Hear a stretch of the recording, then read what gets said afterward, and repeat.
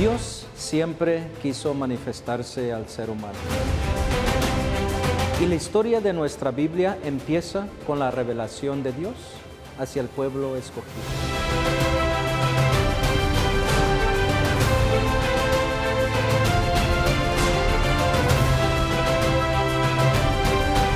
Nuestra Iglesia Católica es una maestra que nos enseña a todos nosotros la doctrina que nos dejaron nuestros apóstoles y nuestro Señor Jesucristo.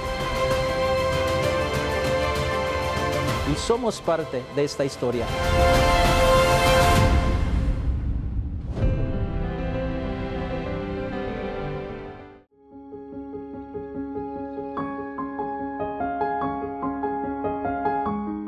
Hablar de los santos me apasiona demasiado. Pero hablar de un santo que tuve la oportunidad, la bendición de conocer en persona, me hace sentirme más bendecido. Hoy le vamos a hablar de un gran santo que marcó una historia enorme en nuestra iglesia, contemporáneo nuestro.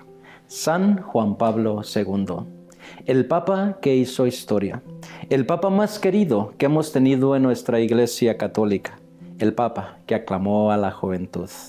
¿Quieres conocer sus viajes, sus libros y su vida? Vamos a hablar de él en este programa. Por eso te pido, quédate con nosotros y hablaremos sobre la vida de este gran santo, San Juan Pablo II.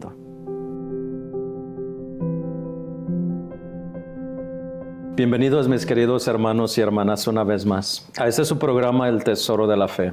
Hablar de los santos es algo que me apasiona. Pero hablar de santos que yo conocí en persona me apasiona todavía mucho más. Hoy vamos a hablar de un santo muy popular y muy especial para mí, que es nuestro contemporáneo, podríamos decirle así, quien tuvo un servidor, la dicha, la gran bendición de conocerlo en persona. El Papa Juan Pablo II. Para hablar de este gran santo que cautivó al mundo entero, no me encuentro solo. Siempre tengo la grata compañía de contar con invitados muy especiales. Hoy quiero darle la más cordial bienvenida al Padre Luis Fernando Mejía, que siempre acompaña este programa y a un servidor. Padre, bienvenido a este programa. Muchas gracias, Padre, por permitirme estar acompañándote aquí y con toda la gente que sigue este programa. Y especialmente hoy, ¿verdad?, en este día en que vamos a hablar de este gran santo tan querido, ¿verdad?, y muy especialmente por el pueblo mexicano, ¿verdad?, por toda Latinoamérica, lo quiso mucho, como tú dices, un santo con un gran carisma, con una gran personalidad. Sí, así es, Padre. Este santo que cautivó multitudes, que arrasó con muchas masas y que hizo historia. Porque ningún papa había hecho lo que este papa hizo. Pero vamos desde el inicio. ¿De dónde viene, Padre, este gran santo? ¿De qué país y de qué familia? ¿A dónde nos trasladamos? ¿A dónde nos dirigimos para empezar a hablar de su familia y de su niñez? Sí, San Juan Pablo II, conocido, ¿verdad?, también como su nombre, ¿verdad?, de pila es Karol Wojtyła, nace el 18 de mayo de 1920 en Wadowice, Polonia. El menor de 3 hermanos, de Karol, su padre ejército, era su oficial del ejército, y Emilia, una muy ferviente católica. Entonces él nace, ¿verdad?, en este país, ¿verdad?, en medio también de muchos problemas de la guerra, ¿verdad?, todavía de la guerra nazi, ¿verdad?, de la Segunda Guerra Mundial. Y él, en esta situación de guerra, él nace ahí. Y fue uno de los 3 hijos que tuvo esta pareja, ¿verdad? Sí. Supuestamente, ¿verdad? No, supuestamente tuvieron 3 hijos y él fue uno de ellos. Pues me imagino, ¿verdad? La vida de Juan Pablo, bueno, en aquel entonces Karol, que fue un poquito difícil, como tú lo mencionabas, desde su niñez, estaba sufriendo lo que es la guerra, la persecución, lo que es estar en un conflicto en un país, pero él pareciese que se mantenía en la serenidad, se mantenía en la paciencia, y yo pienso que Dios desde entonces lo iba dirigiendo. Quiero saber, quizás si ya Dios desde ese momento iba poniendo en su corazón para esta gran persona, este gran santo que iba a ser. Sí, bueno, como hemos dicho de otros santos, ¿verdad? Que empezaron a muy temprana edad también a sentir este llamado de Dios. También, ¿verdad? Carol, él también desde muy pequeño empezó a sentir esa necesidad de acercarse cada vez más a Dios, de estar más en intimidad con Dios. Y así fue, ¿verdad? De su infancia, aunque difícil, como lo dijimos, en medio, ¿verdad? De esta guerra, que fue una de las guerras más terribles que la humanidad ha vivido, ¿verdad? Él también pues, le tocó, ¿verdad? Estar en un país donde estaba tan cercano, ¿verdad? A Alemania, ¿verdad? Que era donde estaba, ¿verdad? Lo más difícil de la persecución. Pero no solamente eso, padre, pareciese que el destino le estaba llamando a vivir un poquito más la tristeza, la soledad. Sabemos que tuvo un hermano que murió y también murió su padre, quedó quedando huérfano. ¿Te imaginas perder a un ser querido, primero al hermano y después perder a su papá? Me imagino que no le fue tan fácil. Sí, este tipo de tragedias familiares, ¿no? Como también lo hemos dicho de otros santos, marcaron su vida, pero no le impidieron a él, en vez de quizá no estar enojado con Dios, no por la situación y todo eso, buscó más a Dios, ¿verdad?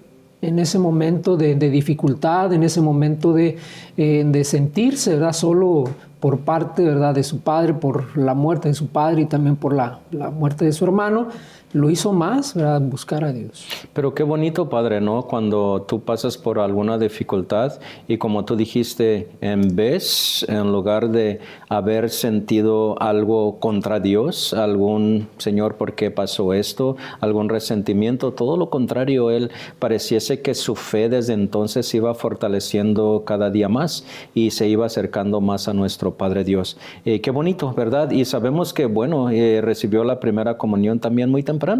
¿Tenía cuántos años, padre? Tenía 9 años, ¿verdad? 9 añitos cuando hizo la primera comunión. Hizo su primera comunión, ¿verdad? Y también ya sabemos, bueno, no era algo tan común, pero también como estaban la situación que se estaba viviendo, pues él, ¿verdad?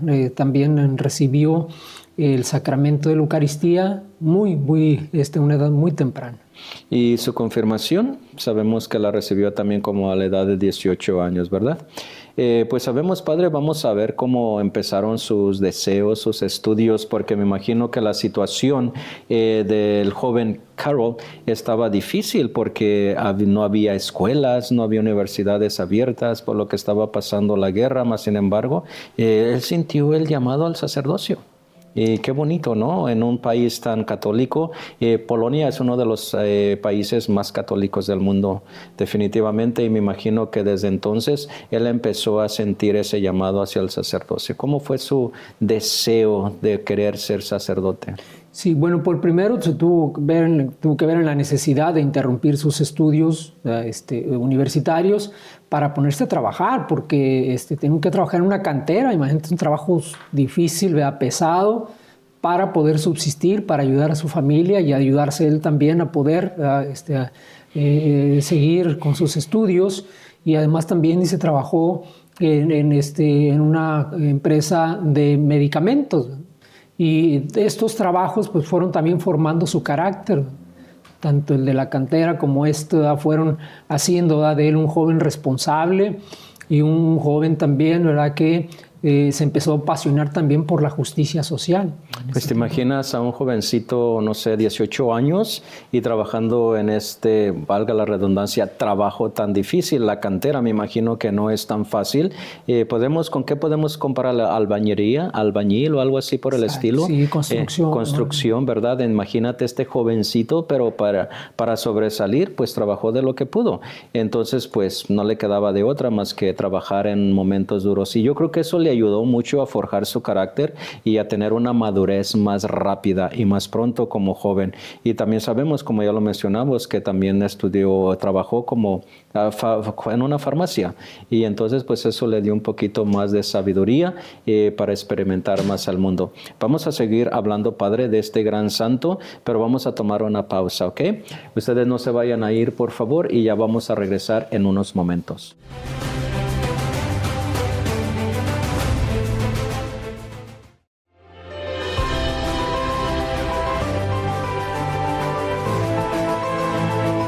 Sabiendo, padre, que estaba pasando momentos difíciles, su pueblo, su país, sabemos que durante ese tiempo del joven cerraron las universidades y por eso es que él tuvo que trabajar para sostenerse, pero también él tenía un poco de miedo que no lo fuesen a mandar a Alemania.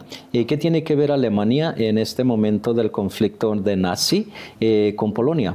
¿Son los de Polonia que estaban contra Alemania o Alemania contra Polonia, o por qué tenía el miedo que lo enviaran a Alemania?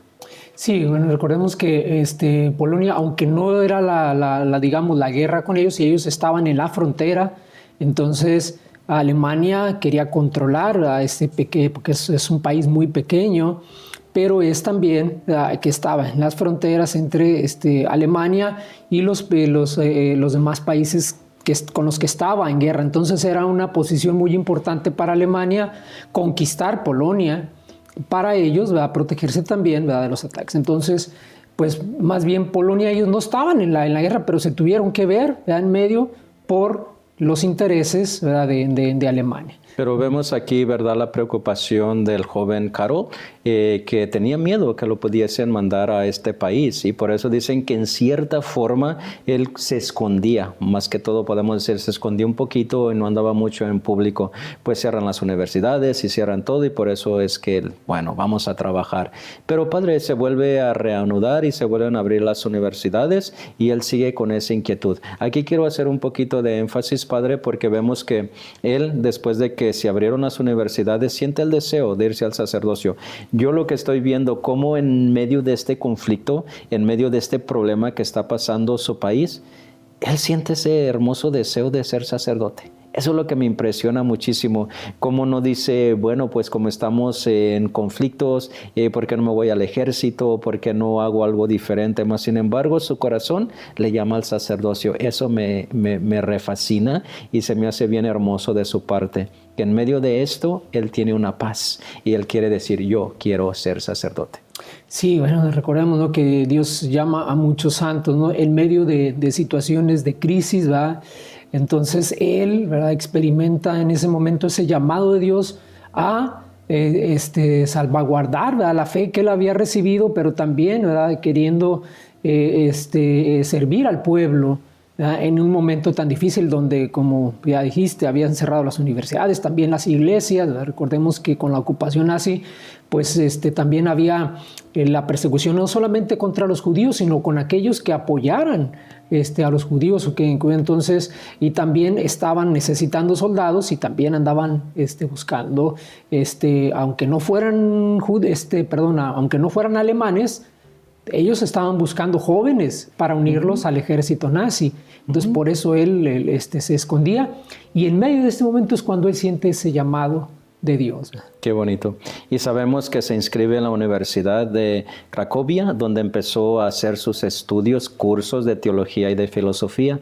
Dicen que era bien apasionado a la teología, demasiado, que le encantaba la teología, le encantaba la filosofía y él quería aprender cada vez más. Dicen que era un chico brillante, muy, muy inteligente. Bueno, pues sabemos que sí, siguió sus estudios y se ordena sacerdote. Así es, sí, en medio de esas dificultades, al no poder, ¿verdad?, tenían que estudiar escondidos, ¿verdad? Como cuando fue, por ejemplo, la persecución en México, ¿no?, que tenían que esconderse algunos para hacer su formación en el sacerdocio. Él también tuvo que esconderse varias veces, incluso un día se tuvo que esconder en las mismas catacumbas o los sótanos de la catedral, para continuar ahí sus estudios, para que no lo encontraran los del ejército nazi. En medio de todo eso, él, como dice, seguía apasionado, ¿verdad?, por las universidades, por estudiar, y luego ya cuando se reabrió todo, pues él continuó, ¿verdad?, con estos estudios. Fíjate, padre, qué bonito, ¿no? Que a pesar de que todo está cerrado, él sigue luchando. no importa dónde estudie, no importa dónde esté, pero yo quiero continuar con mis estudios sacerdotales. Como dices tú, en los sótanos, en esos lugares donde quizás me imagino que no había ni electricidad, pero todo lo contrario, él seguía adelante. Y eso pudo haber sido un gran obstáculo para él. Mas, sin embargo, no lo vio como obstáculo, sino lo vio como una más oportunidad, una experiencia más en su vida que continuó. Vamos a hablar, Padre, ¿cuándo se ordenó sacerdote y dónde? Porque es interesante recordar cómo fue su ordenación sacerdotal y dónde lo ordenaron sacerdote. Su ordenación sacerdotal en Cracovia el 1 de noviembre de 1945, ¿verdad? Cuando estaba lo más álgido de la guerra de los nazis, de esta Segunda Guerra Mundial, ¿verdad? Y pues yo imagino, ¿no? Qué emoción que aún en medio de toda la situación de convulsión que se vivía socialmente por la guerra, él recibe este regalo, ¿verdad?, tan hermoso de su ordenación sacerdotal. Pues sabemos, Padre, que después, inmediatamente de su ordenación, lo mandan a Roma a que continúe sus estudios. Sí, así es. Ya estando ahí en Roma, él haciendo su doctorado, él escoge hacer su tesis doctoral en teología sobre la fe en las obras de San Juan de la Cruz. ¿Y por qué se te hace interesante eso, Padre, que haya escogido las obras de San Juan de la Cruz para hacer su tesis doctoral? Porque eso marcó mucho todo lo que fue ya sus mensajes, su pontificado. Él constantemente era uno de sus santos favoritos. Hablaba sobre San Juan de la Cruz y ahí escribió muchas cosas acerca de la teología de San Juan de la Cruz, de las obras espirituales de San Juan de la Cruz. Nosotros alguna vez ya hablamos de San Juan de la Cruz, que fue un gran místico, ¿verdad? Así es. Y yo creo por eso se inspiró en ese acercamiento tan grande a Cristo. Y como lo acabas de decir, qué bonito, qué hermoso que escogió un gran santo para inspirarse. Y definitivamente que se inspiró demasiado y muy hermosamente en esas obras para servirle al pueblo de Dios y amar a Dios. Sí, para él fue muy importante todas las obras, pero especialmente dicen que le gustaba mucho sobre el Cántico de la Noche Oscura de San Juan de la Cruz, y él hizo varios, escribió varias cosas acerca de las obras principales de San Juan. Pero Padre, mientras él estaba estudiando en Roma, haciendo esta tesis doctoral, durante los veranos, este joven no se quedaba quieto.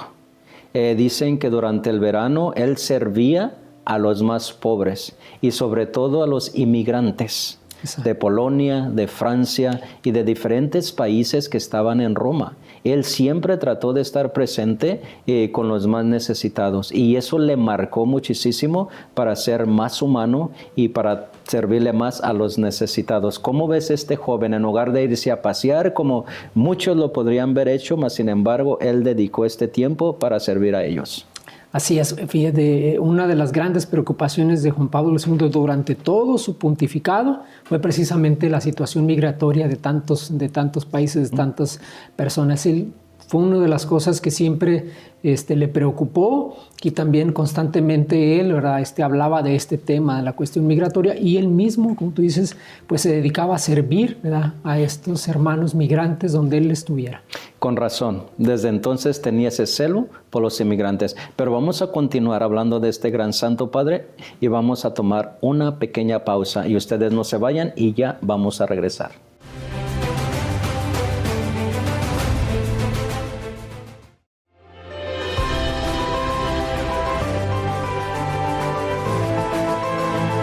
Definitivamente, Padre, que este santo ya sentía el celo por los más necesitados, por los inmigrantes, sentía el dolor y el cómo poder ayudarles. Pero eso lo hizo mientras estaba en Roma y sabemos que cuando terminó su tesis doctoral sobre las obras de este gran santo, Juan de la Cruz, regresa a Polonia. ¿Cómo fue el encuentro ahora de ser un gran doctor, de regresar a su país? Sí, ahora pues se le encomienda al regresar el ser coadjutor de una parroquia a las afueras de Cracovia y luego también en San Florián dentro de la ciudad. Es decir, ya metido ya al trabajo pastoral, ¿verdad?, directamente en las parroquias, ¿verdad? Y ahí fue donde también él empezó a experimentar una especial predilección por los jóvenes.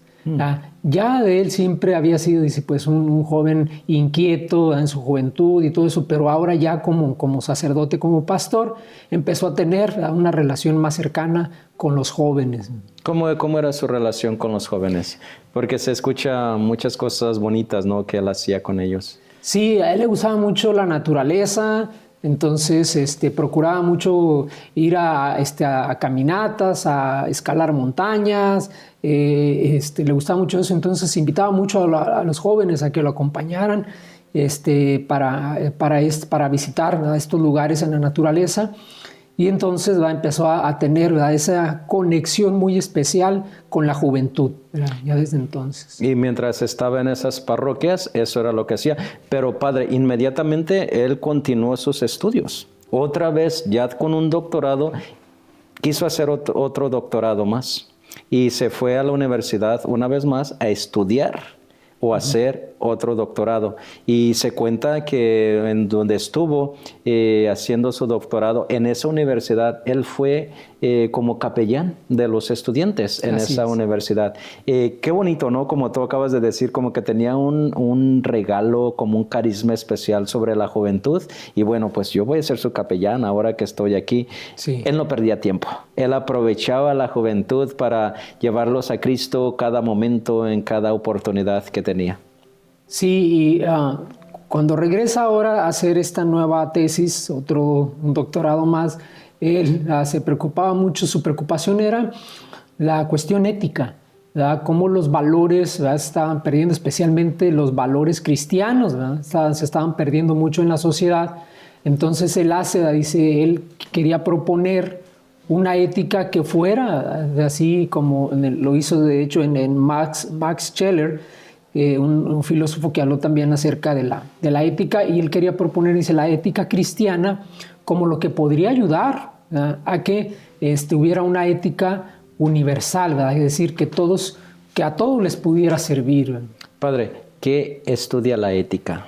Bueno, ya sabemos, estudia el comportamiento humano, ¿verdad?, los valores, ¿verdad?, cómo más o menos saber si poder dar directrices de cómo debe de comportarse una persona, cuál sería el comportamiento correcto o, digamos, lo más cercano a un comportamiento recto. Él se preocupaba por la actitud del ser humano. Quería que el ser humano tuviese como una guía, cómo guiarse, cómo comportarse como ser humano. Esa es una ética que él estudió. Y por eso agarró ese doctorado en esta bonita rama. Cómo ayudar a los demás para que puedan vivir mejor y, claro, para que se puedan acercar más a Dios. Que vivan tranquilos, que vivan como hijos de Dios y que sean las cosas que hacen de acuerdo a la voluntad de nuestro Padre. Pues tenía un gran celo y me imagino que se preocupaba como tener una ética igual para que el pueblo fuera como el pueblo de Dios, el pueblo santo, como los grandes estudiosos, ¿verdad? Filósofos que que escribieron como el plan de Dios, cómo vivir. Pues qué bien que se interesaba por hacer todo el bien que se pudiera hacer para la humanidad. Sí, así es, especialmente, bueno, ya que estaba teniendo esta preocupación por los jóvenes, pues era donde él quería, ¿verdad?, también inculcar a los jóvenes, dar este mensaje de sí se puede, ¿verdad?, de tener un comportamiento más allá de si eres cristiano o no cristiano, si sigues a Cristo, pero sí poder, ¿verdad?, tener en la ética cristiana un modelo para imitar, para seguir, ¿verdad? Entonces él se preocupaba mucho porque los jóvenes vieran, ¿verdad?, en la ética cristiana, en el modo de comportarse de los cristianos, algo que le pudiera servir a alguien para en cierto momento, si tenía dudas de si lo que está haciendo está bien o está mal, la ética cristiana pudiera ayudar a tomar una decisión ante lo correcto que se debe de hacer en una situación de difícil decisión. Y viendo ese amor, viendo ese celo, Padre, lo mandan como profesor al seminario mayor. Así. Ahí donde empieza a ejercer como un gran pedagogo, enseñando exactamente eso, ética y teología. sus fuertes, podemos decir, lo que más le gustaba, lo que más les encantaba a él. Entonces empieza a enseñarle a los seminaristas la teología y la ética. Y se hace un gran profesor en ese seminario mayor donde está ejerciendo. ¿Cómo te lo imaginas, padre, a Juan Pablo o a Carol todavía en este momento como un profesor? Me imagino con una pasión enorme. ¿No te lo imaginas así? Claro, yo creo que a mí me hubiera encantado escuchar alguna de sus clases. No, si era un deleite escucharlo predicar, ¿no? O leer sus escritos, tan solo leerlos. Imagínate ya estar ahí, ¿verdad? Con él como profesor. Yo creo que de esos profesores que nadie se perdía la clase, ¿no? Esos de que te dan ganas, ¿verdad? Aunque la clase a lo mejor fuera un poquito difícil, eran de esos profesores que daban ganas de estar en esa clase. Aunque no aprendieras, aunque no entendieras, pero estar ahí escuchándolo sí, era suficiente. Pues Dios le tiene un regalo muy hermoso y lo hacen obispo. ¿Cuándo lo hacen obispo y quién le da este llamado a que sea este gran obispo en esa ciudad? Sí, ya el 4 de julio de 1958 el Papa Pío XII lo nombra obispo auxiliar de Cracovia y titular de la diócesis de Ombí, ¿verdad? Que es en Polonia, donde él estaba ejerciendo como maestro y más o menos donde él vivía. Pues imagínate ese regalo. Yo alguna vez, padre, vi una película de Juan Pablo II y vi ese pedacito donde se fue a entrevistar cuando lo llamaron a que fuera obispo y él iba vestido tan humildemente. Me acuerdo que en una de las escenas de la película le ponen sus zapatos y sus zapatos están rotos, ¿verdad? Y como que el obispo, el que lo está llamando, él le pone cuidado a sus zapatos y como que le da vergüenza y con su sotana como que se la baja y se cubre sus zapatos, ¿no? Porque estaban rotos. Pues eso me da como un sentido de qué tan humilde era también y pobre también. Pobre, porque pues no tenía padre, no tenía un huérfano que estaba pasando simplemente como pudiese. Pues padre, se nos ha terminado el tiempo, pero vamos a darle gracias a Dios por este gran santo que Dios dio a la Santa Iglesia. Muchas gracias también. Bueno, ya sabemos, ¿no?, que siempre nuestro tiempo es limitado, pero sabemos que todavía, ¿verdad?, podemos reflexionar mucho acerca de San Juan Pablo II. Sí, y ustedes por habernos acompañado en su programa, muchísimas gracias. Que Diosito me los bendiga a todos ustedes y nos vemos la próxima. Dios siempre quiso manifestarse al ser humano. Y la historia de nuestra Biblia empieza con la revelación de Dios hacia el pueblo escogido.